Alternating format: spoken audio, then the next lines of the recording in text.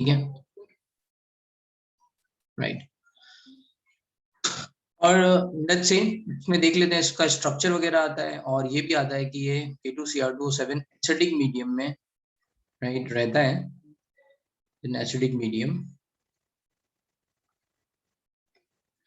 इसमें कभी कभी क्वेश्चन आता है कि जैसे KMnO4 को बेसिक मीडियम में यूज कर लेते हैं, बट जनरली K2Cr2O7 को बेसिक मीडियम में यूज नहीं करते हैं। ठीक है, उसके पीछे रीजन ये है कि बेसिक मीडियम में क्रोमियम जो है वो CrOH होल थ्राइस का प्रेसिपिटेट बना देता है। ठीक है, तो इसलिए इसको यूज नहीं करते हैं बेसिक मीडियम में। आपने ऑक्सीडाइजिंग एजेंट ऑर्गेनिक केमिस्ट्री में देखा होगा, ऑर्गेनिक केमिस्ट्री में KMnO4 की ज्यादा रिएक्शंस हैं, है ना, ऐसे ऑक्सीडाइजिंग एजेंट KMnO4 की रिएक्शंस हैं, K2Cr2O7 की रिएक्शन थोड़ी कम है। K2Cr2O7 एसिडिक मीडियम है, मतलब मैं यहाँ कहना चाहता हूँ कि ये एसिडिक मीडियम में यूज होता है, और इसमें ये भी है कि ये बेसिक मीडियम में K2CrO4 की तरह एग्जिस्ट करता है, और बेसिक मीडियम में आएगा तो ये CrO4 माइनस हो जाएगा ये बेसिक मीडियम में।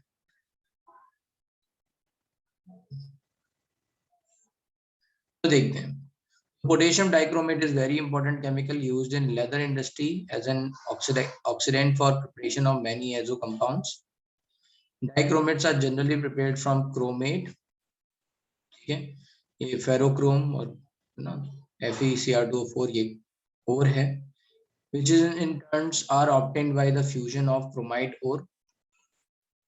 फ्यूजन का मतलब हो गया आप हीट कर रहे हो, मेल्ट कर रहे हो, with sodium or potassium carbonate in free excess of air। The reaction with sodium carbonate as follows। तो यहाँ पे हो क्या रहा है, ये FeCr2O4 यहाँ पे क्रोमियम किस ऑक्सीडेशन स्टेट में है,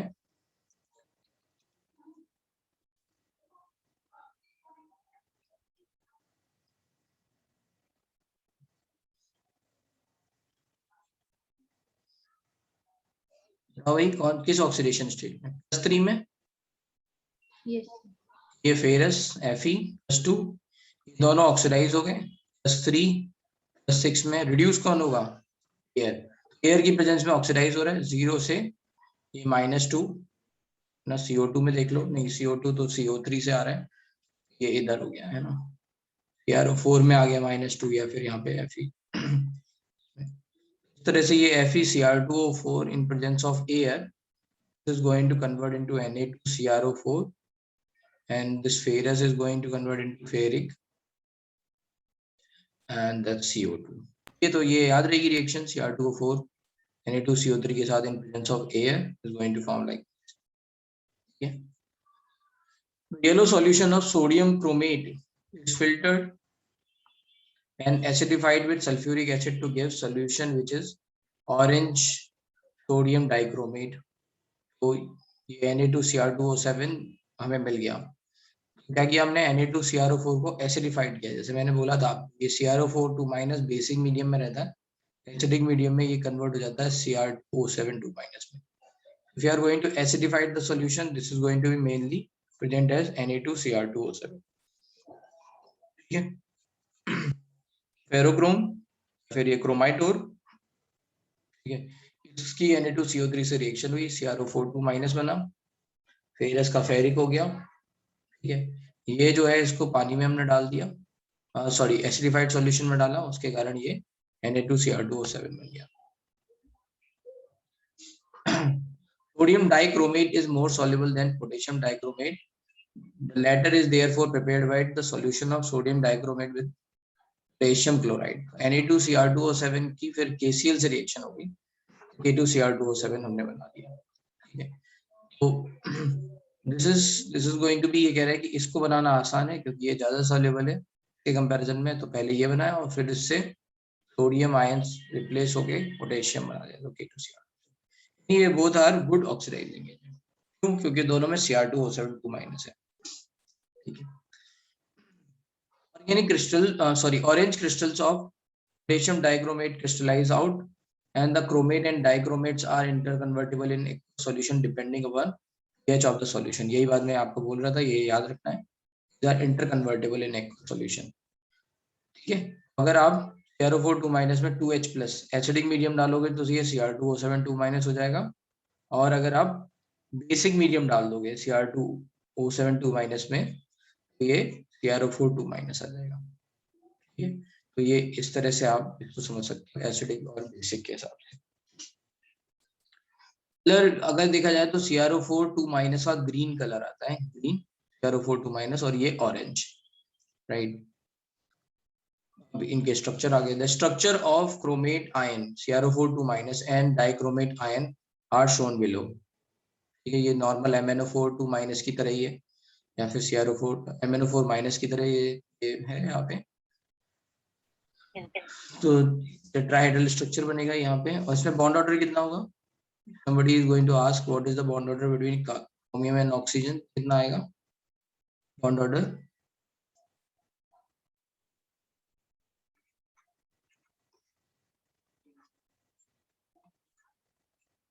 में रेजोनेंस लगेगा, तो total bonds are 6 divided in 4 bonds, तो divide 1.5।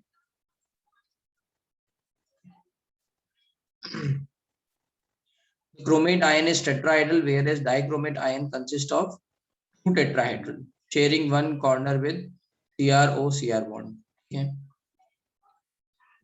The angle of 126 degree, right?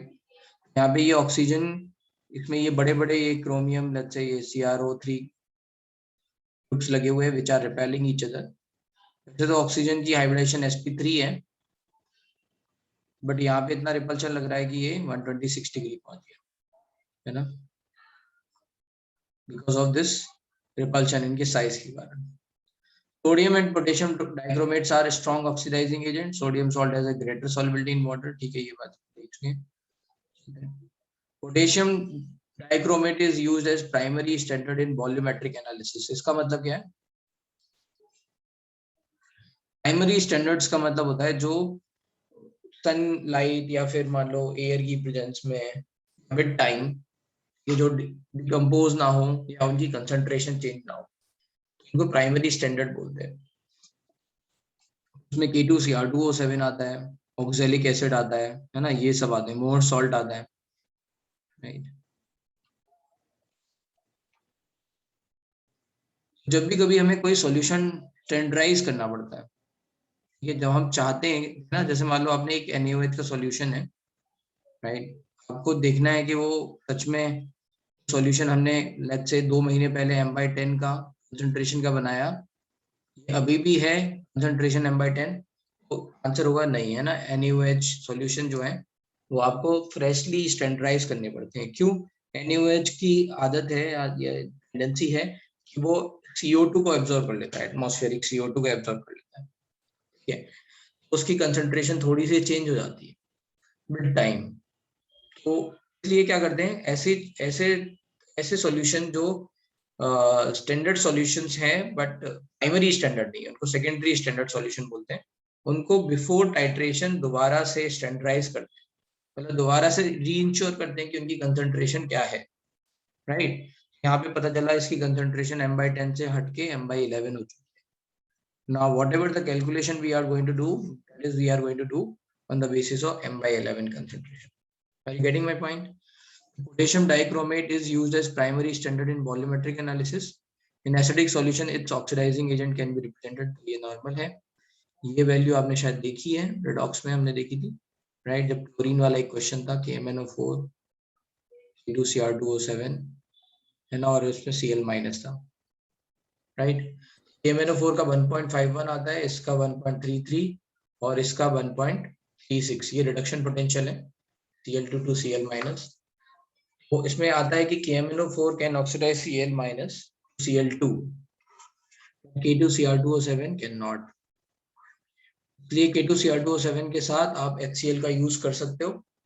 MnO4 के साथ जनरली एसिड H2SO4 ही लिया जाता है। H2SO4 का रिडक्शन पोटेंशियल आता है 2.06 के आसपास, which can not be oxidise. ये रिलेट हो रहा है, कोरिलेट हो रहा है, ये एक एग्जांपल हमने एक क्वेश्चन किया था। Yes, sir. Sir, हाँ सर अपने सेकेंडरी स्टैंडर्ड इसका क्या बताया था?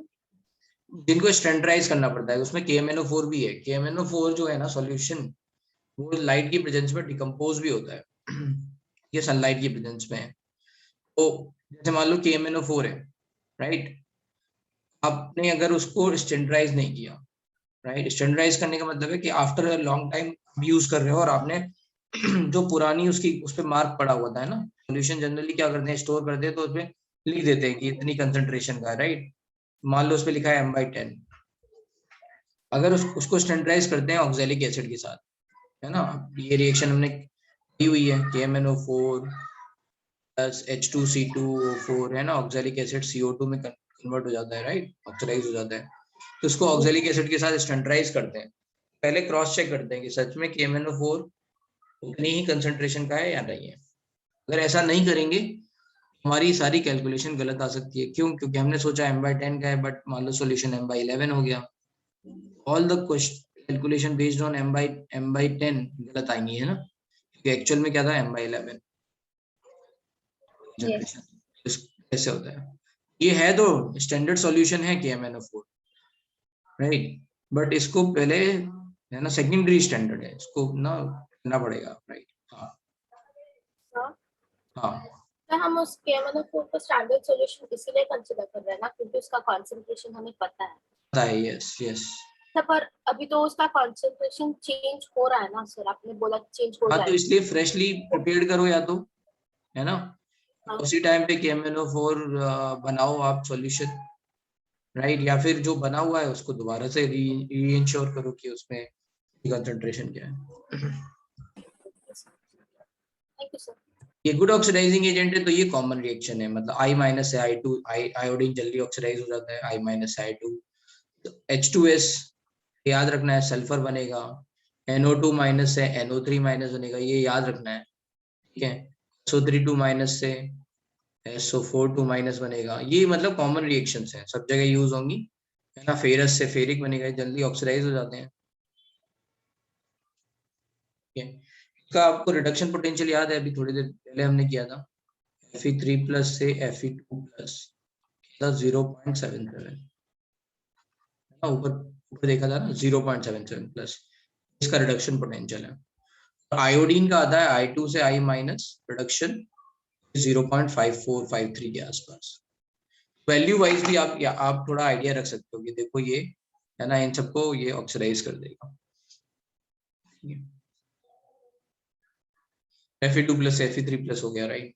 The full ionic equation may be obtained by adding two half reaction, ठीक है, ओके। ये तो ये जो ये क्वेश्चंस जिनको डिफिकल्ट लगते हैं कि ये कौन सा होगा, इसकी कुछ वैल्यूज आपको इससे मिल जाएंगी, आपको इलेक्ट्रोकेमिस्ट्री में, एक मिनट में आपको दिखाता हूँ, इलेक्ट्रोकेमिस्ट्री मिल जाएंगी कुछ कुछ आइडिया।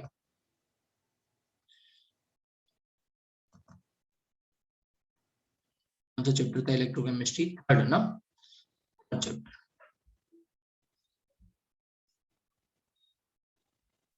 तो फिर बड़ा आसान हो जाता है ये समझना, कौन ऑक्सीडाइज होगा, कौन रिड्यूस होगा इन जनरल।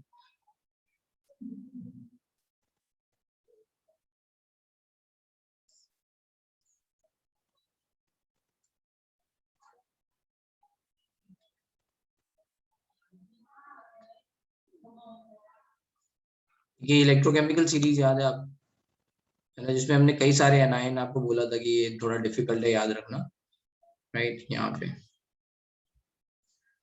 ये तो ये Cr2O4 2- आ गया, ये 1.33 हो गया। इसका मतलब क्या है, इसके कंपैरिजन में अगर कुछ भी ऐसा एनायन आएगा ना, ये, राइट, तो I- is going to oxidise, ठीक है, this is going to reduce. इसके जो नीचे जितने भी हैं इन सबको ये ऑक्सीडाइज कर सकता है, राइट। ये देखो Fe2+ is going to oxidise Fe3+, इस तरह से। समझ में ये बात, वैल्यू से थोड़ा आपको आइडिया लग जाएगा, 0.77 आ गया। ये ऐसे बहुत सारी वैल्यूज हो सकती हैं, ऑब्वियसली सारी बातें याद रखने की नहीं है, कॉमन जो है वो याद रख सकते हैं हम, ठीक है, बड़ा बार बार आपको देखने को मिलेंगे तो इस तरह से, राइट। यही सारी रिएक्शन आपको KMnO4 में भी दिखेंगी, ठीक है। ये याद रखना, ये एसिडिक मीडियम में इन्होंने यहाँ बताया, ये वोल्टेज इलेक्ट्रोड पोटेंशियल, चलते हैं आगे। अब बात आ जाती है पोटेशियम परमैंगनेट की।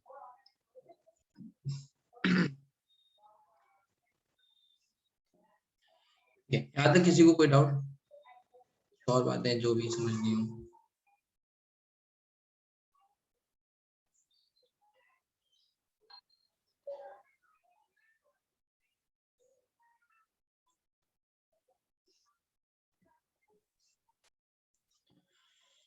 ये चलते हैं, यहाँ पे आता है पोटेशियम परमैंगनेट। हाँ वीक एसिड है, बट यहाँ पे एसिड बेस्ड टाइट्रेशन नहीं चलता है वेदांत, ये ऑक्सीडेंट एंड रिडक्टेंट टाइट्रेशन होते हैं, रिडॉक्स। KMnO4 ऑक्सैलिक एसिड वाले में, oxalic acid is not behaving as acid, ठीक है। Potassium permanganate is prepared by fusion of MnO2। MnO2 एक और होता है, उसका नाम होता है पाइरोलुसाइड। पाइरोलुसाइड, ठीक है, ये MnO2 हो गया। एल्कली मेटल हाइड्रोक्साइड, तो आप N oxidising agent KNO3 use कर रहे हैं आप। सिंपल सी बात है, ये +4 से MnO2 को ऑक्सीडाइज कर रहे हैं K2MnO4 में +6 में, right, in presence of oxygen या फिर KNO3। ये ऑक्सीडाइजिंग एजेंट की तरह बिहेव कर रहे हैं KNO3। This produces the dark green K2MnO4 which is disproportionate into in a neutral and acidic solution to give permanganate। तो फिर ये KMnO4 जो है बनेगा आपका K2MnO4 से, डिस्प्रोपोर्शनेशन रिएक्शन से, राइट। +6 से ये जा रहा है किसमें, MnO2 +4 में, और ये MnO4 माइनस, ठीक है। तो ये याद रखना है, ये डिस्प्रोपोर्शनेशन रिएक्शन है। Like let's say dichromate and chromate ion, क्योंकि एसिडिक्स मतलब पीएच के हिसाब से एक दूसरे में इंटर कन्वर्ट हो जा रहे थे, यहाँ पे ऐसा नहीं है, यहाँ पे K2MnO4 डिस्प्रोपोर्शनेट हो रहा है, ठीक है। तो MnO4 2 माइनस, MnO4 माइनस दे रहा है ड्यू टू डिस्प्रोपोर्शनेशन रिएक्शन, ठीक है। ये एसिडिक मीडियम में ये डिस्प्रोपोर्शनेट होके MnO4 माइनस, राइट। अगर कॉमर्शियली प्रिपेयर करना है तो फिर मिला के क्या है, इसको मेल्ट करेंगे और इसको ऑक्सीडाइज करेंगे। ऑक्सीडेशन किसी अलग तरह से इलेक्ट्रोलिटिक ऑक्सीडेशन कर लेंगे तो भी हो जाएगा। MnO4 2 माइनस, राइट, पहले हमने क्या किया, MnO2 को फ्यूज किया QH के साथ, ऑक्सीडाइज करके MnO4 2 माइनस बनाया, MnO4 2 माइनस का ऑक्सीडेशन करा दिया, इलेक्ट्रोलिटिक ऑक्सीडेशन, MnO4 माइनस बन गया, ठीक है। तो यहाँ पे सॉल्यूशंस याद रखने हैं, ये रिएक्शन हो रही थी न्यूट्रल और एसिडिक मीडियम में, न्यूट्रल और एसिडिक मीडियम में डिस्प्रोपोर्शनेशन रिएक्शन होती है। बेसिक मीडियम में डिस्प्रोपोर्शनेशन रिएक्शन नहीं हो रही है, ये सिंपली ऑक्सीडाइज हो रहा है, ठीक है। So this is the difference, electrolytically अगर हम ऑक्सीडाइज कर रहे हैं तो basic medium.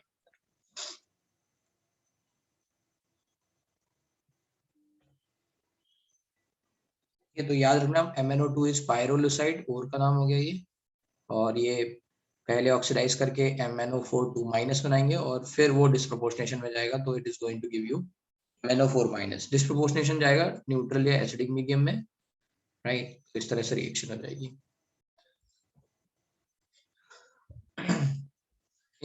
in the laboratory manganese 2 salt is oxidized by peroxydisulfate to permanganate।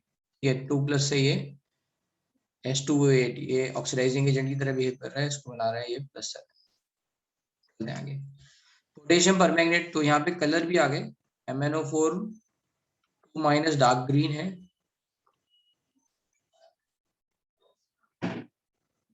Sorry CrO4 2 minus yellow होता है, okay।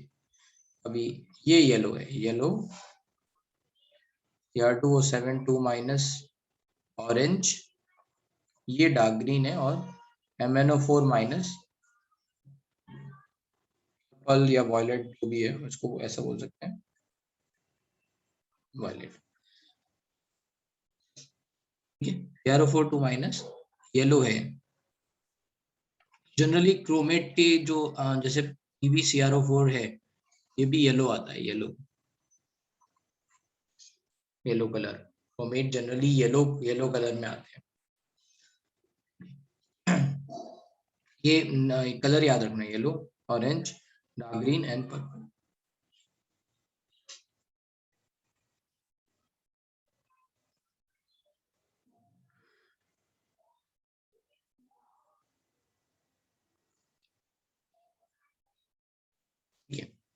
इन लेबोरेटरी ये हो गया। Potassium permanganate forms dark purple crystal which are isostructural with KClO4।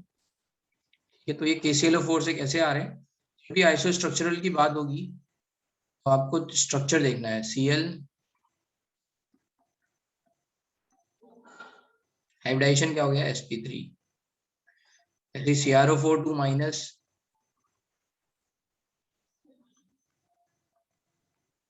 है ना, ये क्या हो गया आपका sp3। जैसे SO4 2 माइनस, sp3। ऐसे ही आपका MnO4 माइनस, ये सब आपस में एक दूसरे के साथ आइसोस्ट्रक्चरल। The salt is not very soluble in water, but when heated it decomposes at 513 Kelvin। ठीक है, अब यहाँ पे रिएक्शन एक और है, KMnO4 से K2MnO4 कैसे बनता है हीट करने पे, but this is not disproportionation reaction. ठीक है, तो याद रखना है K2MnO4 से डिस्प्रोपोर्शनेशन रिएक्शन हो रही है, MnO4 बन रहा है, MnO2 बन रहा है। ठीक है, बट इसको हीट कर रहे हैं जब, K2MnO4 बन रहा है, MnO2 बन रहा है और O2 भी बन रहा है। It is not disproportionation reaction. यहाँ पे KMnO4 क्या है, +7 से +6 गया, +4 गया, ये ऑक्सीजन 2 माइनस से 0 गया, ऑक्सीडाइज हुआ। It is not disproportionation reaction, normal ये रिडॉक्स रिएक्शन हो गई। ये दोनों रिएक्शन याद रहेंगी, बहुत इंपॉर्टेंट है। और ये याद भी हो, हमने देखा था कि KMnO4 को हीट करने पे ऑक्सीजन गैस निकलती है ना, प्रिपरेशन ऑफ ऑक्सीजन में भी था। क्लोरेट आयन, है ना, परमैंगनेट आयन को हीट करेंगे तो O2 निकलती है।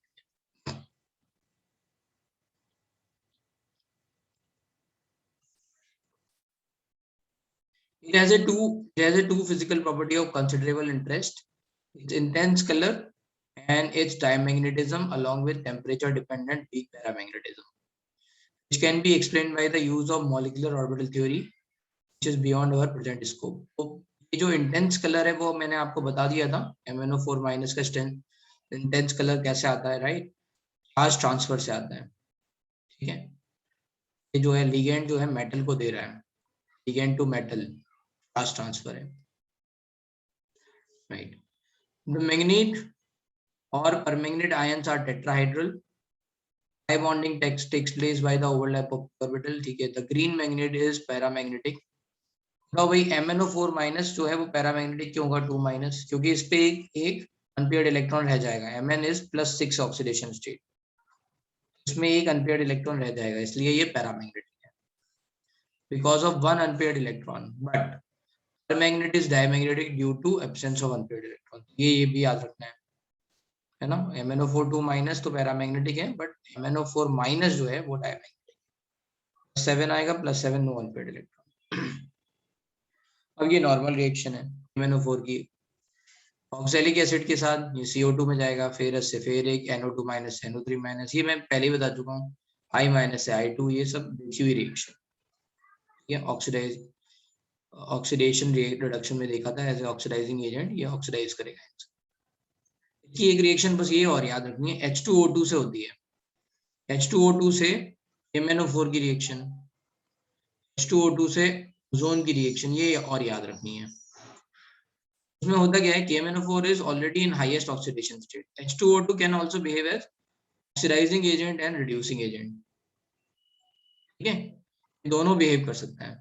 बट यहाँ पे अगर हम देखेंगे, ये तो already highest possible oxidation state में है, तो इसका मतलब क्या होगा, ये H2O2 रिड्यूसिंग एजेंट की तरह बिहेव करेगा और खुद ऑक्सीडाइज होगा। और same thing will happen over here ozone के साथ भी। ये H2O2 -1 से किसमें जाएगा, O2 में, याद रखना है। ठीक है, O2 में, राइट। ये Mn आपका MnO2 में चला गया। ठीक है, या अगर एसिडिक मीडियम है तो Mn2+ में चला गया, H2O2 यहाँ से -1 से O2 में गया, और ओजोन किस में जाएगा, 0 से -2 में, H2। ओजोन 0 से -2 सॉरी, रिडक्शन, और ये -1 से 0, ये रिएक्शन होती है, तो ये एकदम आइडेंटिफाई नहीं हो पाती है।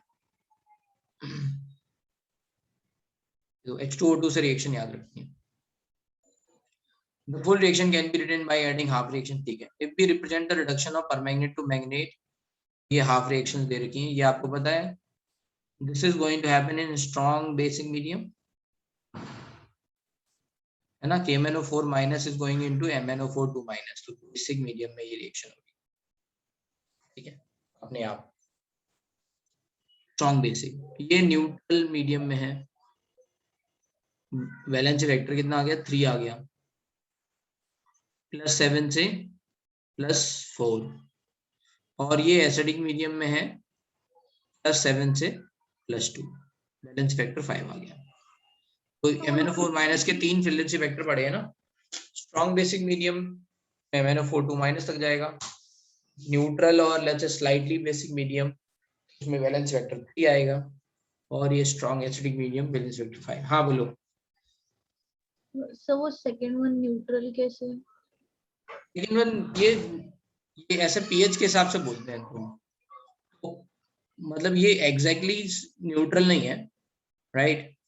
ये पीएच के हिसाब से आप देख लो, हम बोलते हैं कि भाई ये जब स्ट्रॉन्ग बेसिक मीडियम हो गया, राइट, तो ये हो गई स्ट्रॉन्ग एसिडिक, ये हो गया, इसके बीच में कहीं पे ये वाली रिएक्शन आने लग जाती है। तो एग्जैक्टली ये न्यूट्रल की बात नहीं हो रही है, न्यूट्रल और स्लाइटली बेसिक कंडीशन में बोलते हैं। मतलब उसमें H+ है ना?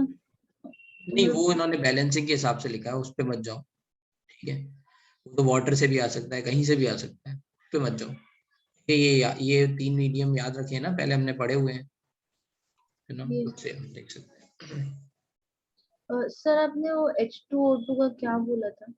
H2O2 के साथ रिएक्शन, H2O2 की अगर रिएक्शन सबसे इंपॉर्टेंट है, जैसे अगर मान लो KMnO4 से हो रही है, H2O2 भी ऑक्सीडाइजिंग एजेंट याद रहता है कई लोगों को, peroxide oxidising agent, bleaching action देता है पेरोक्साइड, राइट।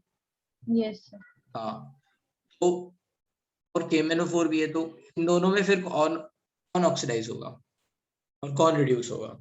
KMnO4 तो already highest possible oxidation state में है, कैन नॉट फर्दर ऑक्सीडाइज, तो ये रिड्यूस ही होगा। H2O2 को ऑक्सीडाइज होना पड़ेगा, H2O2 खुद ऑक्सीडाइज होगा, मतलब दूसरों को रिड्यूस करेगा, रिड्यूसिंग एजेंट। MnO4 खुद रिड्यूस होगा, दूसरों को ऑक्सीडाइज करेगा, ऑक्सीडाइजिंग एजेंट। ऐसे ही ओजोन के साथ है, ठीक है। ओजोन में भी ऑक्सीजन जो है 0 में है, ऑक्सीजन की पॉजिटिव ऑक्सीडेशन स्टेट केवल फ्लोरीन के साथ मिलती है, तो 0 ही इसकी हाईएस्ट पॉसिबल ऑक्सीडेशन स्टेट है अभी, है ना। तो ओजोन को रिड्यूस होना पड़ेगा और H2O2 को ऑक्सीडाइज होना पड़ेगा, ये बता रहा था।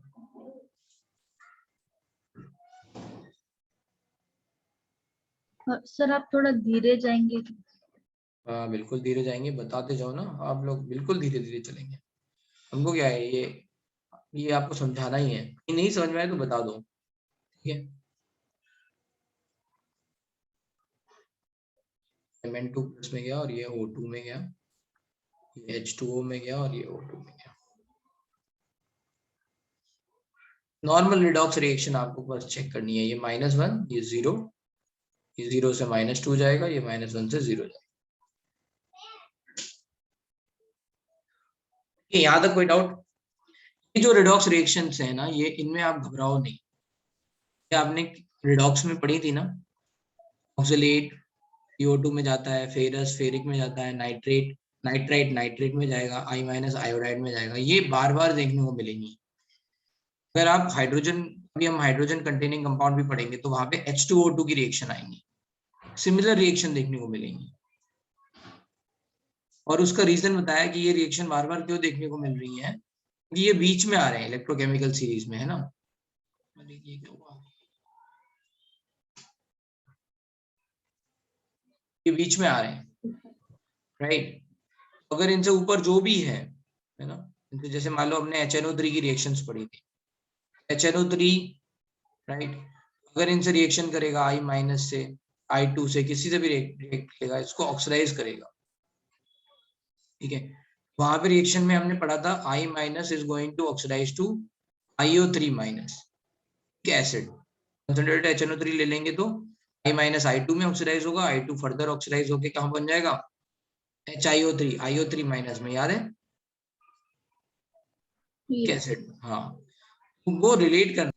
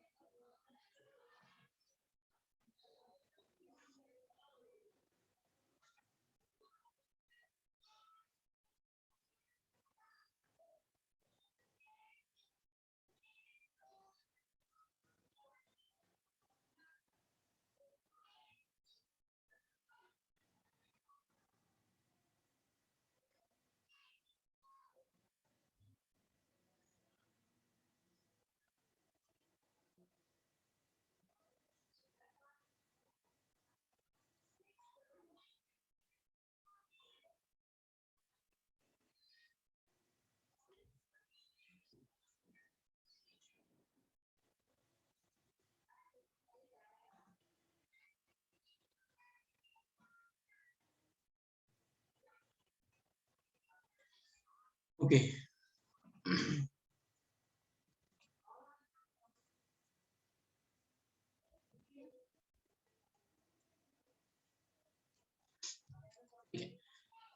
you can hear and see,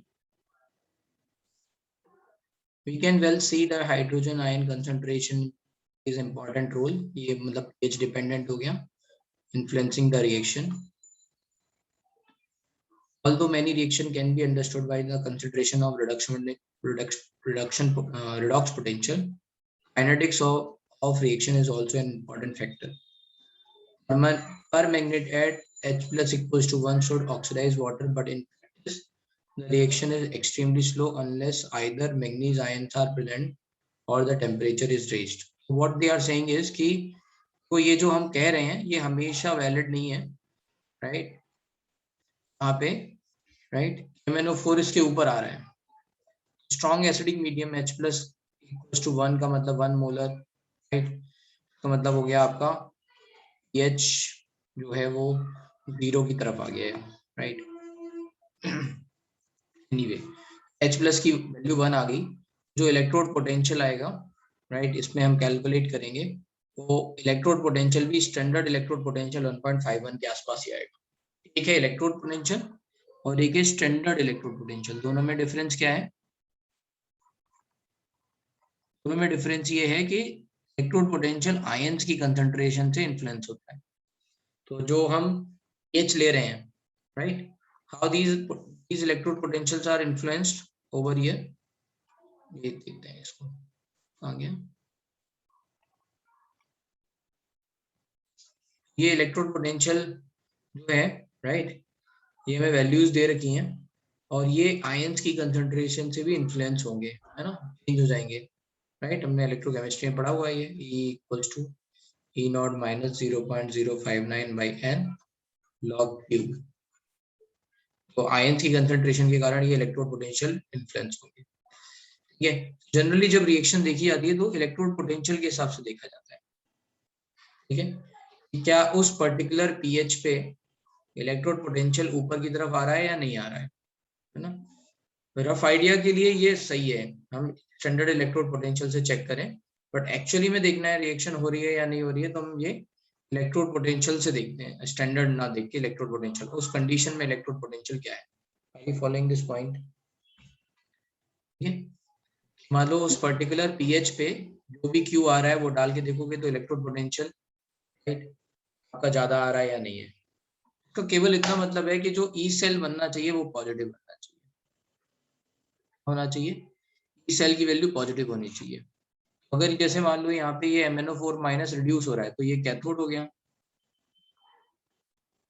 ये रिडक्शन होना है, चीज ऑक्सीडाइज हो रही होगी वो एनोड हो जाएगा, राइट। ये पॉजिटिव ई सेल पॉजिटिव आना चाहिए, अगर ये पॉजिटिव आएगा तो हम बोलेंगे स्पॉन्टेनियसली रिएक्शन होगी। जनरली ये जो हमें कमेंट करना होता है तो जनरली हम on the basis of E not कह देते हैं। अगर स्पेसिफिक कंडीशन दी जाएंगी तो हमें किसके हिसाब से देखना पड़ेगा, ई के हिसाब से, इलेक्ट्रोड पोटेंशियल वैल्यू के हिसाब से देखना पड़ेगा। So that's why they have given, अगर मान लो H प्लस आयन की कंसंट्रेशन 1 हो जाए, ये H प्लस के कारण जो वेरिएशन आ रहा था वो खत्म हो जाएगा। तो जब इसका Q लिखोगे तो Q क्या होगा, इसका Q क्या होगा, concentration of product divide by concentration of reactant और H प्लस की पावर 8, ये लिखोगे ना। सो यू कैन सी कि pH के चेंज होने के कारण कैसे ये Q चेंज हो जाएगा और Q चेंज होने के कारण ये कैसे इलेक्ट्रोड पोटेंशियल चेंज हो जाएगा। सो उसको अवॉइड करने के लिए यहाँ पे इन्होंने 1 डाल दिया, 1 की पावर 8 मतलब 1 ही आ जाएगा, इसलिए 1 मोलर डाला है, ठीक है। 1 मोलर डाल के ही ये जो इलेक्ट्रोड पोटेंशियल होगा, है ना, इससे देख रहे हैं।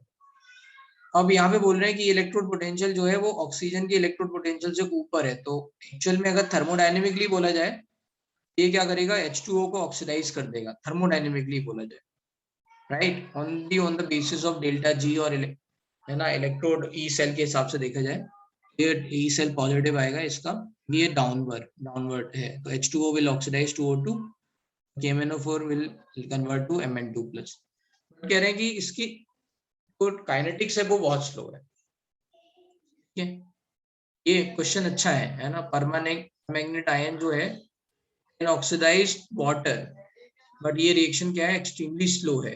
कब हो सकती है, हम कोई कैटलिस्ट डाल दें या फिर टेम्परेचर बढ़ा दें ताकि उसकी, है ना, काइनेटिक्स बढ़ जाए।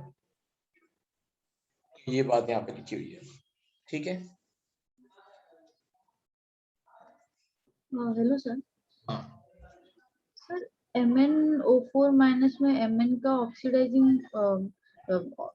ऑक्सीडेशन स्टेट हाईएस्ट होता है, पर जो इलेक्ट्रोड पोटेंशियल है तो SR2 तो H2O2 का ही ज्यादा है ना। हाँ, तभी तो मैं बोल रहा हूँ पॉसिबल नहीं है, तो उसमें स्पेसिफिक कंडीशन लेके आएंगे ना। Good question. देखो ये H2O2 ऊपर है बट ये तो इलेक्ट्रोड पोटेंशियल है ना, अगर हम ऐसी कंडीशन डालें कि ये H2O2 यहाँ आ जाए, है ना, कैसे आएगा, स्टैंडर्ड इलेक्ट्रोड पोटेंशियल कम हो जाएगा, स्टैंडर्ड इलेक्ट्रोड पोटेंशियल 1.78 है, बट ई जो आएगा इलेक्ट्रोड स्टैंडर्ड ना हो गया इलेक्ट्रोड पोटेंशियल वो 1.78 माइनस 0.059 है ना बाई n log q। अगर इस वैल्यू को हम 1.51 से कम कर सकें हो जाएगा कि नहीं होगा, हाँ, वैसे रिएक्शन होती है, वरना रिएक्शन हो ही नहीं पाएगी। H2O2 तो राइट MnO4 को ऑक्सीडाइज कर नहीं सकता है क्योंकि ऑलरेडी +7 है, इससे आगे कहाँ जाएगा। तो उस रिएक्शन के लिए स्पेसिफिक कंडीशन क्या होंगी, आप पहले इसका इस रिएक्शन, इसीलिए मैंने बोला कि जनरली तो हम डेल्टा ई नॉट से देख लेते हैं, बट अगर हमें ऐसे, जैसे तुमने ये क्वेश्चन पूछा, ये इट्स अ गुड क्वेश्चन, है ना। तो फिर क्या करना पड़ेगा, राइट, आपको या तो इसको नीचे लेके आना पड़ेगा MnO4 के साथ, या फिर अगर मान लो Mn2 प्लस प्रेजेंट होगा, है ना, मान लो MnO4 नहीं है Mn2 प्लस है, तो आसानी से बोल सकते हैं H2O2 will oxidize and Mn2 plus H2O2 will reduce, है ना, ऊपर वाला ये ऑक्सीडाइजिंग एजेंट की तरह बिहेव कर रहा है, Mn2 plus will oxidize MnO4 minus, ये रिड्यूस हो गया, या तो इस तरह से बोलो। अगर एक MnO4 प्रेजेंट है, राइट, फिर लड़ाई होगी, तो फिर यहाँ पे पॉसिबिलिटी क्या है, ये फर्दर ऑक्सीडाइज तो हो नहीं सकता है, उसके पास एक ही ऑप्शन है रिड्यूस होने का, तो इसको फिर एडजस्ट करना पड़ेगा। Yes sir. अब ये वाली रिएक्शन थोड़ी सी कंफ्यूजिंग हो जाती है, तो ये थोड़ा सा आपको बार बार मैं कह रहा हूँ इलेक्ट्रोकेमिस्ट्री में आइडिया रखना है, जो वैल्यू जितनी ज्यादा पॉजिटिव आ रही है रिडक्शन पोटेंशियल का वो होगा, है ना, ऐसे एरो बना के याद रखो, धीरे धीरे आइडिया लगेगा, एरो बना के पहले बोलो ये होगा नहीं होगा क्या होगा, है ना, ऐसे चेक करो एक रिएक्शन के लिए। अब Yes. जैसे मान लो दो रिएक्शंस हैं, है ना, एक का 1.78 है, एक का 1.51 है, मतलब ये भी रिड्यूस होना चाहता है, ये भी रिड्यूस होना चाहता है। अब कौन ज्यादा ताकतवर है? अभी तो देखने से यही लग रहा है, राइट, क्योंकि इसकी वैल्यू ज्यादा है ना। यही तो लॉजिक दिया था हमने, K2Cr2O7 और KMnO4 में ज्यादा अच्छा ऑक्सीडाइजिंग एजेंट कौन है? KMnO4, ठीक है। बट यहाँ पे पॉसिबल क्यों नहीं हो रहा है ऐसा? कि KMnO4 ऑलरेडी 7 में, अब ये फर्दर ऑक्सीडाइज तो हो नहीं सकता है। फिर क्या करना पड़ेगा? इसको वीक करना पड़ेगा। हम कंडीशन ऐसी सेट करेंगे कि इससे इलेक्ट्रोड पोटेंशियल इसका नीचे आए, तो रिएक्शन हो पाएगी।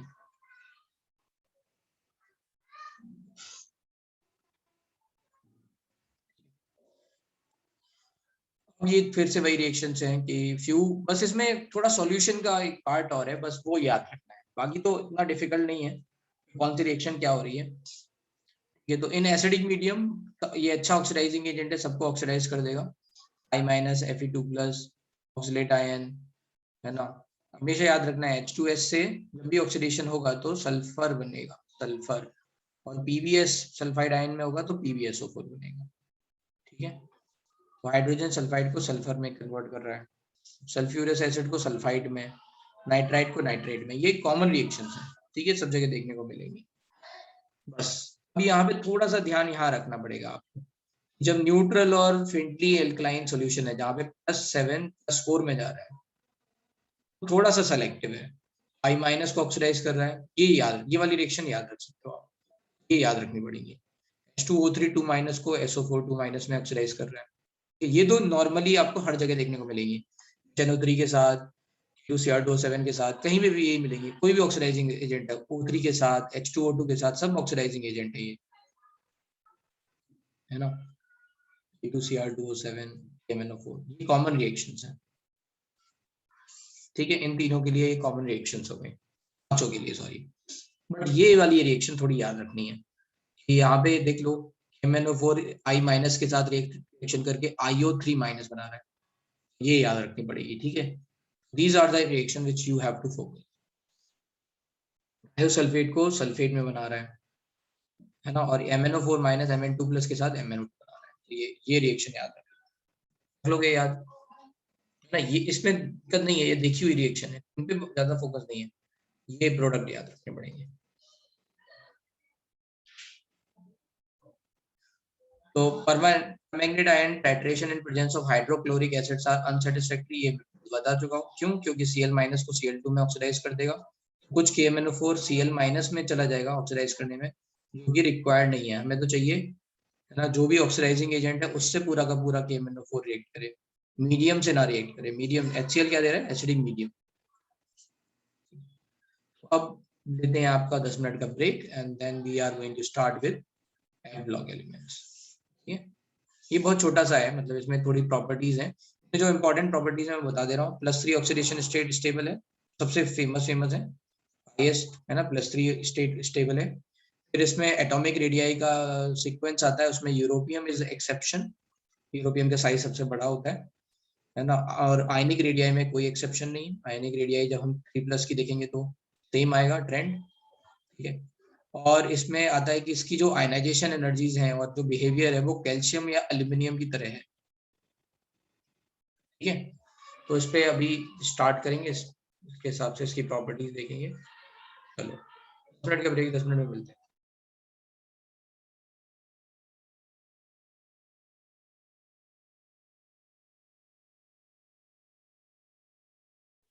तो देखो इसमें भी कुछ कुछ फैक्ट्स याद रखने पड़ेंगे, जैसे मैंने आपको बताया यहाँ पे, राइट। तो बस कुछ फैक्ट्स को छोड़ के बाकी बहुत बहुत आसान है, और मेनली हम 4F को ही पढ़ते हैं, है ना, लेंथेनाइड्स को ही पढ़ते हैं, एक्टिनाइड्स 5F को नहीं पढ़ते क्योंकि उसमें बहुत सारे रेडियो एक्टिव एलिमेंट्स हैं, तो उनके लिए जो ट्रेंड है वो इतने आसान नहीं है, क्लियर नहीं है, तो मेनली हम 4F लेंथेनाइड्स के बारे में ही पढ़ने वाले हैं, राइट। तो देखते हैं। तो F log consists of two series lanthanides and actinides. Because lanthanum closely resembles the lanthanide, it is usually included in any discussion of lanthanide for which general symbol is Ln, ठीक है। तो जितना भी lanthanide आपका elements हैं उसमें lanthanum को भी हमने इंक्लूड कर लिया है, राइट। अब हम जो डिस्कशन करने वाले हैं वो लेंथेनम को मिला के करने वाले हैं, ठीक है। तो सीने, सीरियम, प्रोमेथियम, सोडियम,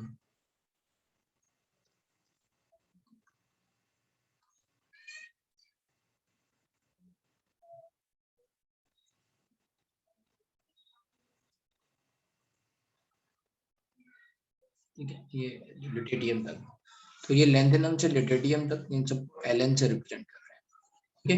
ये एलन कोई एलिमेंट नहीं है, representation of all these elements है, ठीक है। Similarly, a discussion of actinides includes actinium beside the 14 elements constituting the series. Lanthanide resembles one and another more closely than do the other member of ordinary transition elements in any series. तो यहाँ पे हम देखेंगे कि इसका मतलब क्या है मोर क्लोजली का रीजन ये है कि यहाँ पे +3 ऑक्सीडेशन स्टेट सबके लिए स्टेबल है, which is a very important point, ठीक है। सारे जो लेंथेनाइड्स हैं सबके लिए +3 ऑक्सीडेशन स्टेट बहुत ज्यादा स्टेबल है। So that's why we are saying more closely to the members of ordinary transition elements. Ordinary transition elements मतलब D block elements. They have only one stable oxidation state, +3. Their chemistry provides an excellent opportunity to examine the effect of small change in size and nuclear charge along the series of otherwise similar elements. ठीक है, तो +3 के कारण जो भी compounds बनेंगे, अभी मैंने आपको बोला था कि ये Al3+ की तरह बिहेव करेगा, ठीक है। कि जो क्या कहते हैं आयनाइजेशन एनर्जी आती है वो कैल्शियम 2+ या एल्यूमिनियम 3+ की तरह ये बिहेव करता है। तो एल्यूमिनियम 3+ राइट की तरह बिहेव करेगा, इस तरह के कंपाउंड बनेंगे। अब बात आई न्यूक्लियर चार्ज की। आपको पता है जैसे डी ब्लॉक एलिमेंट्स में है ना, डी एन एफ के लिए सेम रूल था ना, लेटर कांस्टेंट और जेड इफेक्टिव निकालने का। जो जेड इफेक्टिव की वैल्यू है ना, वो लेफ्ट टू राइट बहुत माइन्यूट अमाउंट से बढ़ती है, ठीक है। So that's why the है ना nuclear charge along the series of otherwise similar elements. Chemistry of actinide is on the other hand much more complicated.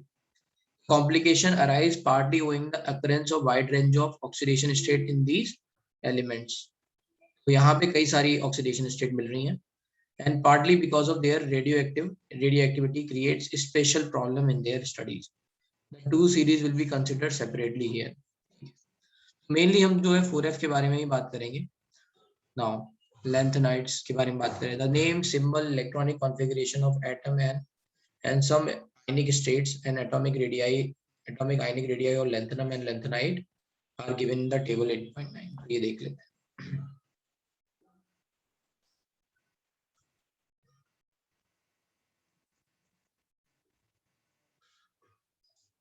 ठीक है, बस दो ही जो एक्सेप्शंस है वो देख लेते हैं, राइट। एक्सेप्शन ये आ गया आपका है ना, सेरियम वाला।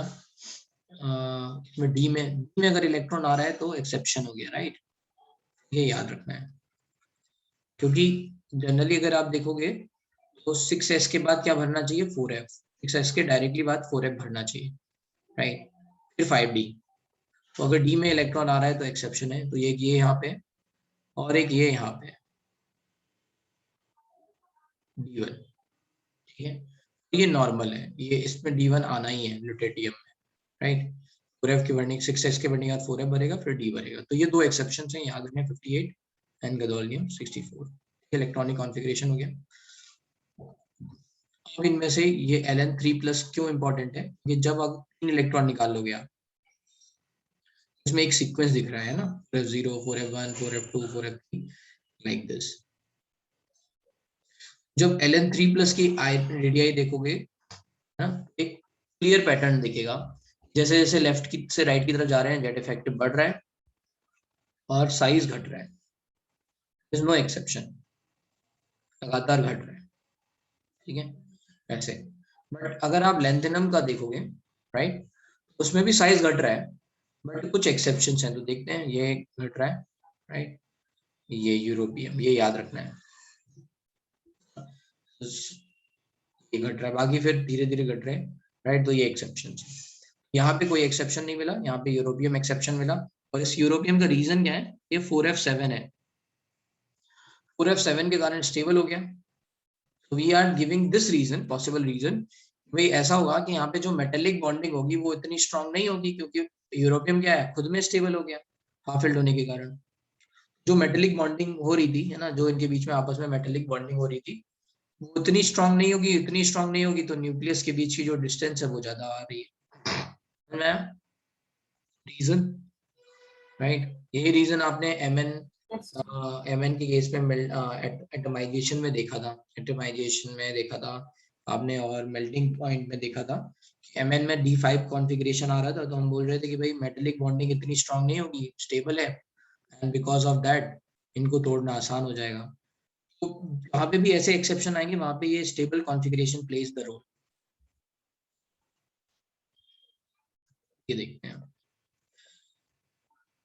तो ये टेबल में बस इतनी इंपॉर्टेंट बात थी, एक बार जस्ट गो थ्रू देख लेते हैं। Electronic configuration, it may be noted that atoms of these elements have electronic configuration 6s2 common with variable occupancy of 4f level, ठीक है। However, the electronic configuration of all tri-positive ion, the most stable oxidation state of all lanthanide +3, are form of 4fn। वो बता रहे हैं कि अब ये sequential है, एक एक इलेक्ट्रॉन भरता जाएगा। Atomic size and ionic radii, the overall decrease in atomic and ionic radii from lanthanum to lutetium, यहाँ पे क्या हो रहा है, साइज जो है वो घट रहा है। This is called lanthanide contraction, right? Is a unique feature in the chemistry of lanthanides. It has so far-reaching consequences in chemistry of third transition series of elements. ठीक है, ये far-reaching का मतलब क्या है, थर्ड सीरीज का मतलब 5D series से। 5D सीरीज में इसके कारण जो है कुछ consequences आते हैं। Decrease in atomic radii derived from the structure of metals is not quite regular as it is regular in M3+ ion. ये कह रहे हैं कि जो एटॉमिक रेडियाई में ट्रेंड है वो इतना रेगुलर नहीं है जितना M3+ में है। ये हमने देखा था, एटॉमिक रेडियाई में थोड़ा सा ट्रेंड अलग हो रहा है, राइट, थोड़ा सा आगे पीछे भी हो रहा है, राइट, और M3+ में नहीं है। This contraction is of or similar to the observed in the ordinary transition series, is attributed to same cause, imperfect shielding of one electron by another in the same subcell। तो इसका मतलब ये है, जैसे हम किसी D सीरीज में देखते हैं वैसे ही F सीरीज में हो रहा है। Z इफेक्टिव है ना, Z माइनस सिग्मा है, Z 1 अमाउंट से बढ़ेगा और सिग्मा 0.585 अमाउंट से बढ़ेगा। क्यों? क्योंकि इसका बाहर वाला इलेक्ट्रॉन तो S इलेक्ट्रॉन है ना, 6s2 पे हम देख रहे हैं कि कितना शील्डिंग लगेगी। इलेक्ट्रॉन भर रहा है किसमें आपका, है ना, वो आपके इनर सेल्स में भर रहा है, राइट। तो इनर सेल्स में बढ़ने के कारण यहाँ पे जो जेड इफेक्टिव है वो ज्यादा बढ़ नहीं रहा है, ठीक है। तो ये कह रहे हैं कि लेफ्ट टू राइट क्या होगा, जेड इफेक्टिव थोड़ा थोड़ा बढ़ेगा, जैसे डी सीरीज में बढ़ रहा था जैसे एफ सीरीज में भी बढ़ेगा। एफ सीरीज में बढ़ने के कारण ये साइज घटता जाएगा। Imperfect shielding of one electron by another in the same cell. However, shielding of one is less than, ठीक है, right. तो कुल मिला के ये है कि ये increase in nuclear size along the series होगा। This is fairly regular decrease in the size with the increasing atomic number। तो जैसे जैसे atomic number बढ़ेगा, Z effective बढ़ेगा और size घटेगा। The cumulative effect of contraction of lanthanide series known as lanthanide contraction causes the radii of member of third transition series to be very similar to, इन्होंने ये effect of वो बता दिया है कि D सीरीज में इनके आ जाएंगे सेम। ये इसको छोड़ देते हैं। ऑक्सीडेशन स्टेट, तो ऑक्सीडेशन स्टेट कुछ और भी हैं, +2 +4, और इसमें जो एग्जांपल आता है वो यही है कि सेरियम +4 और सेरियम 3+ में कौन ज्यादा स्टेबल है, 3+। क्या होगा, 4+ 3+ में कन्वर्ट होना चाहेगा, इसलिए cerium 4+ is going to be oxidising agent, खुद रिड्यूस होना चाहेगा। 4+, जितने भी 4+ देखने को मिलेंगे सब क्या हो गए, ऑक्सीडाइजिंग एजेंट।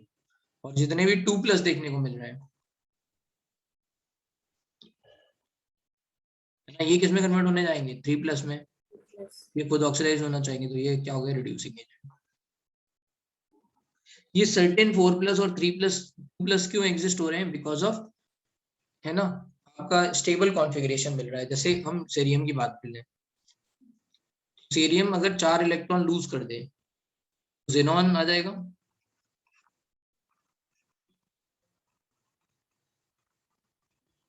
सेरियम में 4+ ऐसे एग्जिस्ट कर रहा है।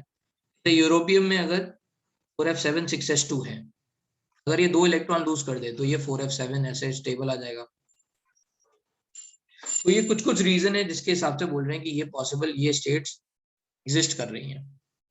ठीक है, +2 +4। मेनली जो सबसे ज्यादा स्टेबल है वो है +3। इन lanthanide, lanthanum है ना, 2 and lanthanum 3 compounds are predominant series. However, occasionally +2 and +4 ions in the solution or in solid compounds are also obtained. This irregularity, as in ionization enthalpy, arise mainly from extra stability of empty, half-filled or filled F subcell. यही मैंने आपको reason बताया। ठीक है, formation of cerium 4+ is favored by its novel gas configuration, but it is a strong oxidant. अभी आपको reason बता दिया कि 3+ ज्यादा स्टेबल है, इसलिए ये खुद रिड्यूस होगा, दूसरों को ऑक्सीडाइज करेगा, reverting to the common +3 oxidation state.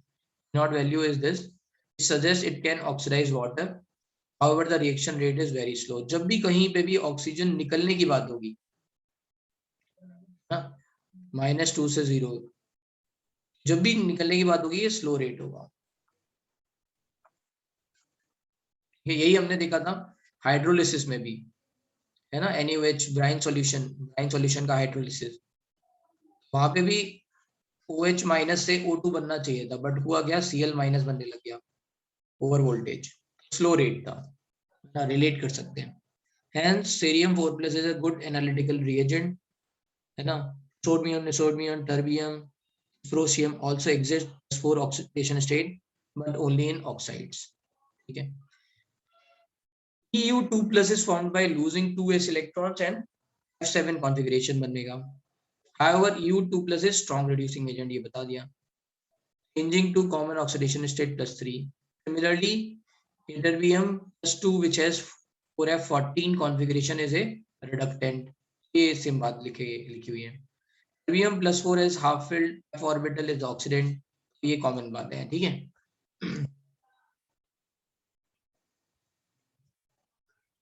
आगे जनरल कैरेक्टरिस्टिक।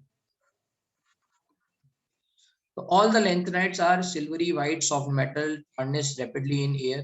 क्यों? क्योंकि ये रिएक्ट कर लेंगे एयर के साथ, राइट, तो टार्निश हो जाएंगे, ऑक्साइड फॉर्मेशन हो गया। Hardness increases with increasing atomic number, soft metals हैं।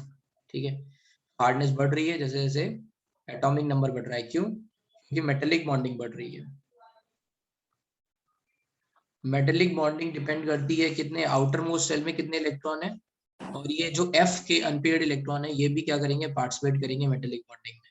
लेफ्ट टू राइट जैसे जैसे हम जाएंगे वैसे वैसे मेटेलिक बॉन्डिंग बढ़ेगी, हार्डनेस बढ़ेगी। अब इसमें कुछ बातें याद रखनी है, जैसे समैरियम बीइंग स्टील हार्ड, ये याद रखना है, समैरियम है ना, that is going to be steel hard, मतलब बहुत ज्यादा हार्डनेस है। Their melting point ranges between 1000 to 1200 Kelvin, but samarium melts at 1623 Kelvin। ठीक है, तो मैक्सिमम नंबर ऑफ यहाँ पे अनपेयर्ड इलेक्ट्रॉन 6 आ रहे हैं F में, और ये दो ये मेटेलिक बॉन्डिंग में तो पार्टिसिपेट करेंगे, ये अनपेयर्ड इलेक्ट्रॉन पार्टिसिपेट कर रहे हैं मेटेलिक बॉन्डिंग में, and because of that 8 electron एक तरह से पार्टिसिपेट कर रहे हैं। तो थोड़ा ये याद रखना है कि ये थोड़ा इसकी हार्डनेस ज्यादा है। They have typical metallic structure, are good conductor of heat and electricity. They का मतलब है F block elements. Density and other properties change smoothly except for europium, terbium, and occasionally for samarium and बोलते हैं thulium. इसका देखना पड़ेगा, इसका एक बार थूलियम क्या है, थूलियम ही है, हाँ थूलियम। ये तो इनके लिए थोड़ी बहुत प्रॉपर्टीज अलग अलग आ रही हैं, बट ऑब्वियसली द जो प्रॉपर्टी है वो धीरे धीरे बढ़ेंगी। जैसे डेंसिटी की बात है, साइज आपका क्या हो रहा है, घट रहा है, रेगुलरली अगर हम जाएंगे तो डेंसिटी बढ़ता जाएगा, स्मूथली चेंजेस हो रही है, एक पर्टिकुलर ट्रेंड मिलेगा। चलते हैं आगे। Any trivalent lanthanide ions are colored both in solid state and in aqueous solution. Color of these ions may be attributed to presence of F electron, तो unpaired electron है उनके कारण। Neither La3+ और lutetium shows any color, क्यों? क्योंकि इनके पास कोई unpaired electron नहीं होगा, है ना। ल्यूटेरियम 3+ देखूं 4f14, ये 3 निकल गए। लैंथेनम में 3 निकल गए तो फिर ये 4f0 आ गया। जिनके पास कोई अनपेयर्ड इलेक्ट्रॉन नहीं होगा तो वो उनपे कोई कलर आएगा नहीं, बट रेस्ट डू सो।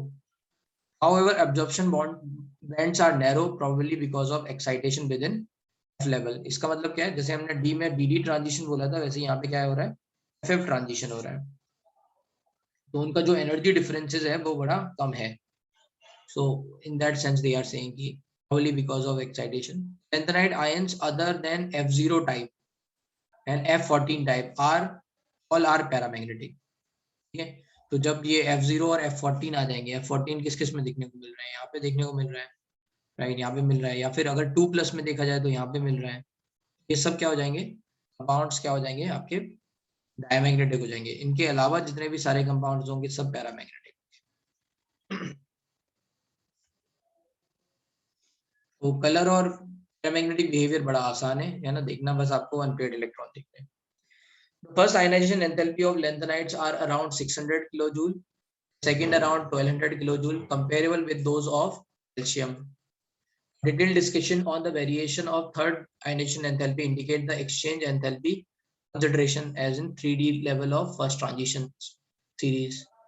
ठीक है, ये कुल मिला के ये यही है कि जब हम थर्ड इलेक्ट्रॉन देखेंगे तो हमें देखना पड़ेगा कि हम इलेक्ट्रॉन कहाँ से निकाल रहे हैं। 2 इलेक्ट्रॉन तो हमारे यहाँ से S से निकल गए, जब हम F से निकालेंगे, है ना, 2 इलेक्ट्रॉन के बाद तीसरा वाला इलेक्ट्रॉन निकालेंगे F से, राइट, थर्ड इलेक्ट्रॉन निकालेंगे, तो वहां पे कहीं कहीं पे आयनाइजेशन एनर्जी बढ़ जाएगी, जहाँ पे स्टेबल कॉन्फ़िगरेशन आने लग जाएंगे, राइट। तो जैसे हमने 3D सीरीज में देखा था, appears to impart a certain degree of stability to empty, half-filled and completely filled orbitals of F level. This indicates from the abnormally low value of third ionization enthalpy of lanthanum, polonium and lutetium. हाँ, ये कह रहे हैं इनकी third ionization enthalpy सबसे कम है। क्यों? क्योंकि ये after losing third electron stable configuration कर रहे हैं। सेम बात है, बार बार वही बातें, लॉजिक सेम है। ये देख लो, यहाँ पे एक इलेक्ट्रॉन यहाँ से निकला, 2 यहाँ से निकला, तो क्या बचा, 4f7 स्टेबल आ गया। ये 3 इलेक्ट्रॉन लूज करने के बाद जेनॉन बन गया, ये 3 इलेक्ट्रॉन लूज करने के बाद 4f14 आ गया। तो इनकी जो थर्ड आयनाइजेशन एंथैल्पी होंगी वो कंपैरेटिवली लो आ जाएंगी बाकी के कंपैरिजन में, ठीक है। Their chemical behavior in general, earlier member of series are quite similar to calcium, but with increasing atomic number they behave more like aluminium, ठीक है।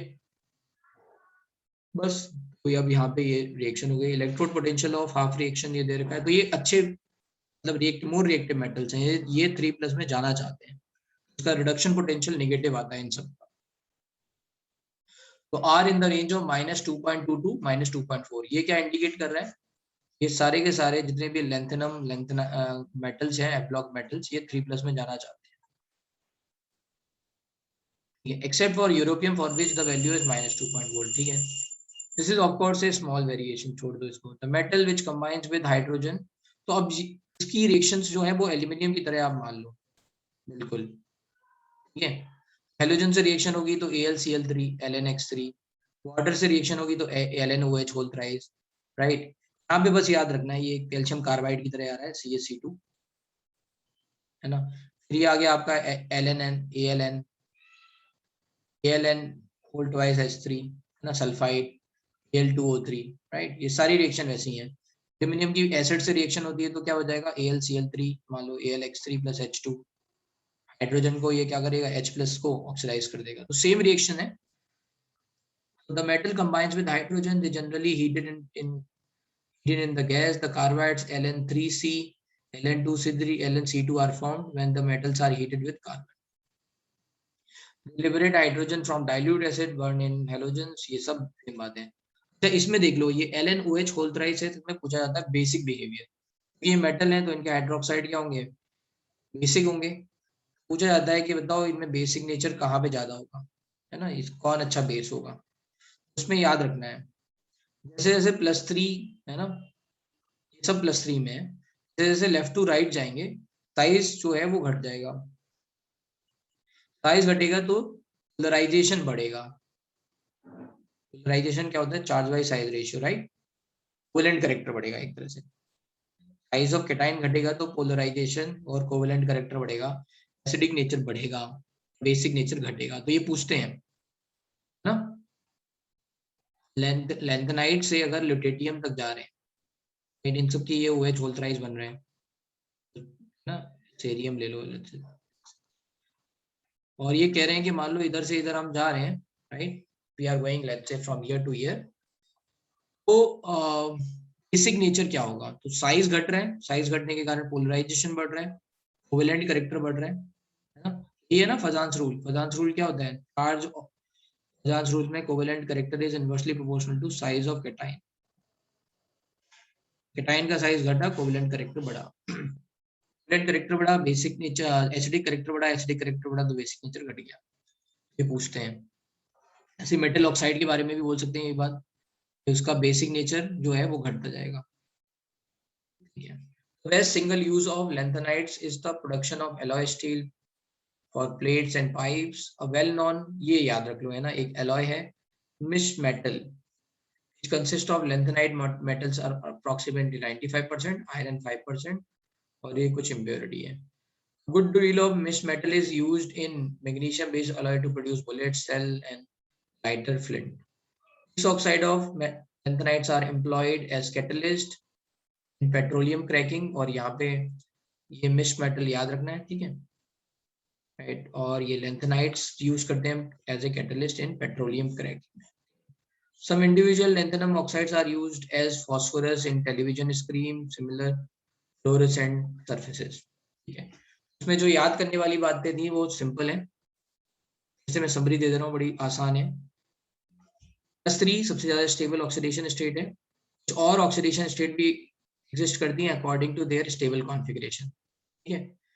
तो उसके हिसाब से आप बिहेवियर देख सकते हो। अगर +2 होगा, you want to go into +3, +2 हो जाएगा आपका रिड्यूसिंग एजेंट, और +4 होगा तो they want to go to +3, this is going to be oxidising agent. Stable configuration के हिसाब से ये सारे आएंगे। फिर थर्ड आयनाइजेशन एनर्जी जो है वो किस इनकी कम आई थी, वो है लिथियम, लैंथेनम एंड गैडोलिनियम, क्योंकि ये स्टेबल कॉन्फ़िगरेशन बना लेंगे। इनकी जो बिहेवियर है वो कैल्शियम और एल्यूमिनियम की तरह है। एल्यूमिनियम के हिसाब से आपने ये सब रिएक्शंस देख ली, और यहाँ पे प्रॉपर्टीज आपको हाइड्रोक्साइड की बता दी या ऑक्साइड की बता दी। जैसे जैसे साइज घटेगा कोवेलेंट कैरेक्टर बढ़ेगा, एसिडिक कैरेक्टर बढ़ेगा, और बेसिक नेचर घटेगा, ठीक है। तो ये हो गया लैंथेनाइड खत्म। और एक्टिनाइड में कुछ नहीं है, बस इन्होंने इलेक्ट्रॉनिक कॉन्फ़िगरेशन दे रखे हैं, तो इसको भी कर ही लेते हैं। So actinide includes 14 elements, the names of and some properties are given. तो यहाँ पे जो है, जो ऑक्सीडेशन स्टेट्स हैं वो यूरोपियम कह रहा हूँ, यूरेनियम, ये एक्टिनियम से थोरियम, प्रोटेक्टियम, यूरेनियम यहाँ तक बढ़ती हैं, यूरेनियम तक मल्टीपल ऑक्सीडेशन स्टेट देखने को मिलती है ना। यहाँ पे आप याद नहीं कर पाओगे, बहुत सारे एक्सेप्शन हैं, वी आर लीविंग इट। एक एक्सेप्शन ये देख लो थोरियम का। थोरियम जो है तो एफ ब्लॉक एलिमेंट का, लेकिन इसमें इलेक्ट्रॉन एफ ब्लॉक में नहीं आता है, एफ में है ही नहीं, 5f में इलेक्ट्रॉन नहीं है ना, 6d2 7d 7s2 ऐसा आ रहा है, ठीक है। तो एक एक्सेप्शन हो गया, ये थोड़ा स्पेशल है एक्सेप्शन। बाकी अगर एक्सेप्शन देखना चाहो तो ये 6d1 वाले देख लो, 6d1, ये 3 मिल रहे हैं, फिर एक यहाँ पे मिल रहा है और एक यहाँ पे मिल रहा है, ये तो आना ही है खैर, लॉरेंशियम। तो ये हो गए 91, 92, 93, और फिर ये curium because of stable configuration 5f7, जैसे गैडोलिनियम देखा था वैसे।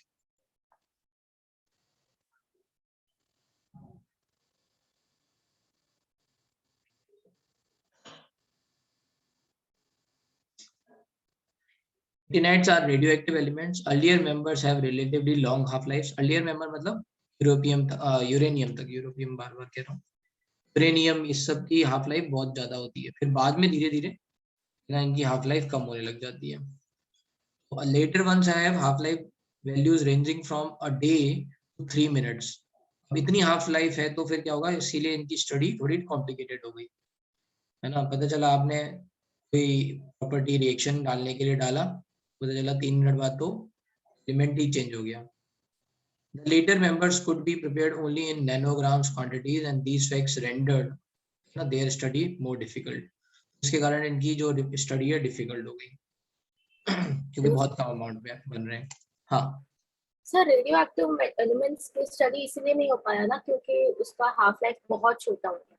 हाँ लेकिन इसमें तो मॉडरेट है ना 3 मिनट्स से एक दिन तक।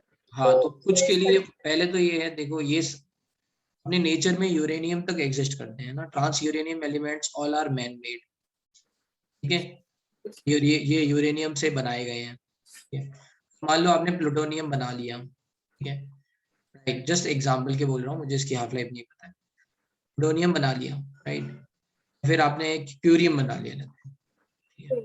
और पता चला जब आपने इसको बनाया उसके थोड़ी देर बाद ये चेंज हो गया, आपको बहुत कम टाइम मिला ना, कंपेयर हाँ करके इसकी स्टडी करने का टाइम कम मिला ना, यूरोप पता चला क्यूरियम जो है रेडियो एक्टिवली प्लूटोनियम में कन्वर्ट हो गया, न्यूक्लियस, यस इसलिए इसकी स्टडी थोड़ी डिफिकल्ट हो गई। Okay sir.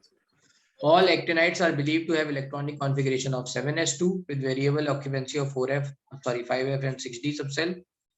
14 electrons are formally added to 5f, though not in thorium. ये exception याद रखना है ना। But from protactium onward, the 5f orbitals are complete at element 103. तो यहाँ से यहाँ तक फिर चलेगा है ना, थोरियम के बाद प्रोटेक्टियम 91. Irregularity in electronic configuration of actinides like those in lanthanides are related to stability of, ठीक है, normal बात है, 5f orbital. Thus the configuration of americium and thorium are this, ठीक है, कह रहे हैं यहाँ पे E में एक इलेक्ट्रॉन इसलिए आया क्योंकि ये 5f7 बन रहा है, राइट, ये है ना 5f7, और यहाँ 5f7 करने के लिए D में एक इलेक्ट्रॉन भेज दिया, ठीक है। Although 5f orbitals resembles the 4f orbital in their angular part of wave function, they are not as buried as 4f orbital. Hence 5f electron can participate in bonding to far greater extent. far greater extent का मतलब है, इसीलिए यहाँ पे multiple oxidation state मिल रही है। Buried का मतलब है पेनिट्रेटेड, ये कह रहे हैं 4f जो है वो बहुत अंदर की तरफ है, 5f बाहर की तरफ है, तो 5f आराम से पार्टिसिपेट कर पा रहा है, ठीक है। इसका मतलब क्या है, ये 4f पार्टिसिपेट नहीं कर पा रहा है, इसको भी समझ लेते हैं। तो जहाँ पे +3 ऑक्सीडेशन स्टेट की बात आ रही है, तो कौन से इलेक्ट्रॉन जनरली ये पार्टिसिपेट कर रहे हैं, बाहर वाले, राइट, है ना। ये तो एक्टिनियम में आ गया, यहाँ पे +3 ऑक्सीडेशन स्टेट है, तो ये वाले इलेक्ट्रॉन्स पार्टिसिपेट कर रहे हैं जो बाहर है, right. So that's what they are saying कि देखो ये प्लस यहाँ पे थोड़ा ये अंदर की तरफ है, जबकि 5f में ये बाहर की मतलब थोड़ा बाहर है, तो मल्टीपल ऑक्सीडेशन स्टेट में, इसका मतलब केवल इतना ही है, we are going to have more oxidation state, not only +3. Ionic states. The trend in lanthanide is observed in actinide as well. There is a gradual decrease in size of atoms or M3 plus ion across the series. This may be referred as actinide contraction, like lanthanide contraction. The contraction is however greater from element to element in these series, resulting from poor shielding. In normal way, left to right size घट रहा है. Oxidation state. There is a greater range of oxidation state, which is a part attributed to the fact that 5f orbital can participate, है ना, in the reaction to 5f, 6d and 7s are comparable energy, ठीक है। तो इसमें ये याद रखना है, यहाँ पे ये देखो मल्टीपल ऑक्सीडेशन स्टेट मिल रही है, ये यूरोपियम की +6 मिल रही है, neptunium 7 like that.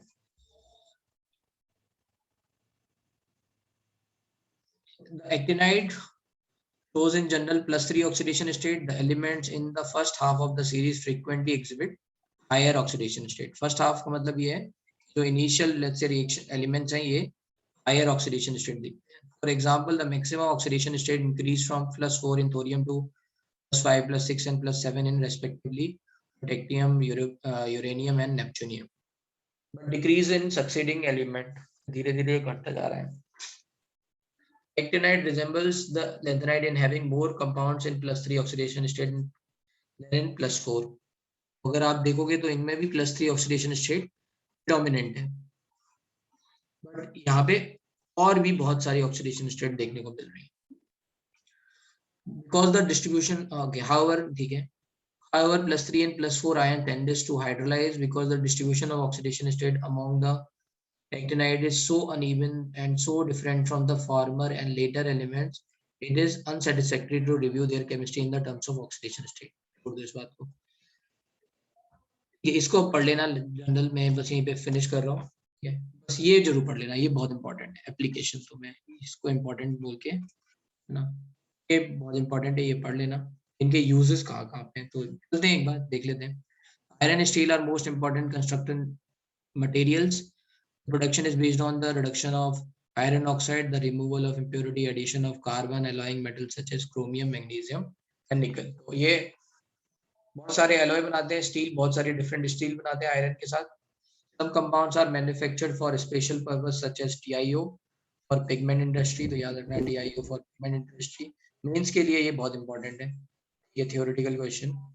MnO2 for use in dry battery cell। Dry battery cell कहाँ देखा था आपने, वो वाला लेक्लांसे सेल है ना, जो टॉर्च में, बड़ी वाली टॉर्च में पड़ता था, तो MnO2 प्लस कार्बन पड़ता था, right.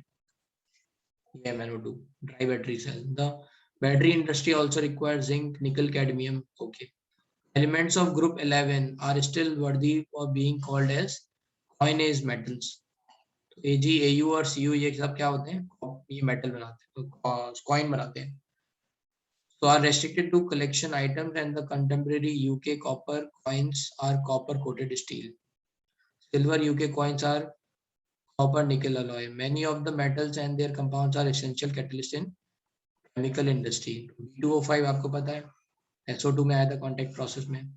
In the manufacturing of sulfuric acid, ClCl4 plus AlCH3 whole thrice, that is called Ziegler-Natta। ये कहाँ पे आएगा, पॉलीमर में, पॉलीमर्स में आएगा, पॉलीमराइजेशन में, याद रखना है। टाइटेनियम का ये है, titanium plus AlCH3 whole thrice। Ziegler-Natta catalyst used in manufacturing of polythene। Iron catalysts are used in Haber's process for the production of ammonia, ठीक है। Nickel catalysts enable hydrogenation। In Wacker's process, the process of oxidation to ethyne to ethanol है ना, aldehyde बनाने में आया, right। C2H6CH3CHO, Wacker's process, PdCl2। Nickel complexes are useful in polymerization of alkynes and other organic compounds such as benzene। यहाँ पे आपने देखा होगा कि अगर हम एसिटिलीन लेते हैं ना, तो उससे बेंजीन बनाना हो, उसमें निकल यूज होता है, निकल as a catalyst। The photographic industry relies on the special right sensitive properties of AGBR। AGBR की let's say प्लेट होती है और इस पे हम लाइट डालते हैं तो फिर यहाँ पे इमेज बनती है। फिर जो अनरिएक्टेड पार्ट होता है वो हाइपो सॉल्यूशन में डिसॉल्व कर लिया जाता है। अगर उस प्लेट को, अगर फोटोग्राफिक प्लेट को अगर आप विदाउट डिसॉल्विंग इन हाइपो सॉल्यूशन ओपन करेंगे तो फिर वहां पे भी रिएक्शन हो जाएगी और इमेज पूरी खराब हो जाएगी, याद रखना है। ठीक है, तो ये कुछ इंपॉर्टेंट बातें हैं, इनमें कई सारी तो हमने देखी है। नई बात यहाँ पे आ गई, एक ज़िग्लर-नाटा कैटलिस्ट आ गई आपकी। बाकी ये सब बेकर्स प्रोसेस, ये सब आपने ऑर्गेनिक केमिस्ट्री में देखा होगा। और ये लाइट सेंसिटिविटी, ये हम पहले डिस्कस कर चुके हैं। फोटोग्राफिक लेट्स से जो पहले के टाइम पे नेगेटिव्स आते थे वो AGBR के बने हुए आते थे। Okay, that's it. तो F, D and F block elements खत्म हो गए। नेक्स्ट आपको पढ़ाएंगे सरफेस केमिस्ट्री, और हमारी नेक्स्ट क्लास 3 घंटे की है शायद ना, नहीं वो सैटरडे को है, सॉरी। तो हमें सरफेस केमिस्ट्री इस वीक तक खत्म करना है, फिर आप लोग बिल्कुल रिलैक्स हो सकते हो क्योंकि 12th का सिलेबस तो आपका खत्म ही हो गया। 11th के एक दो चैप्टर बचे हैं, which we are going to finish in 1 more week। ठीक है, चलो bye. Thank you so much. Thank you so much, sir. इसको रिवाइज कर लेना, इसमें इंफॉर्मेशन है उनको याद रखना। Okay, sir. Okay, bye.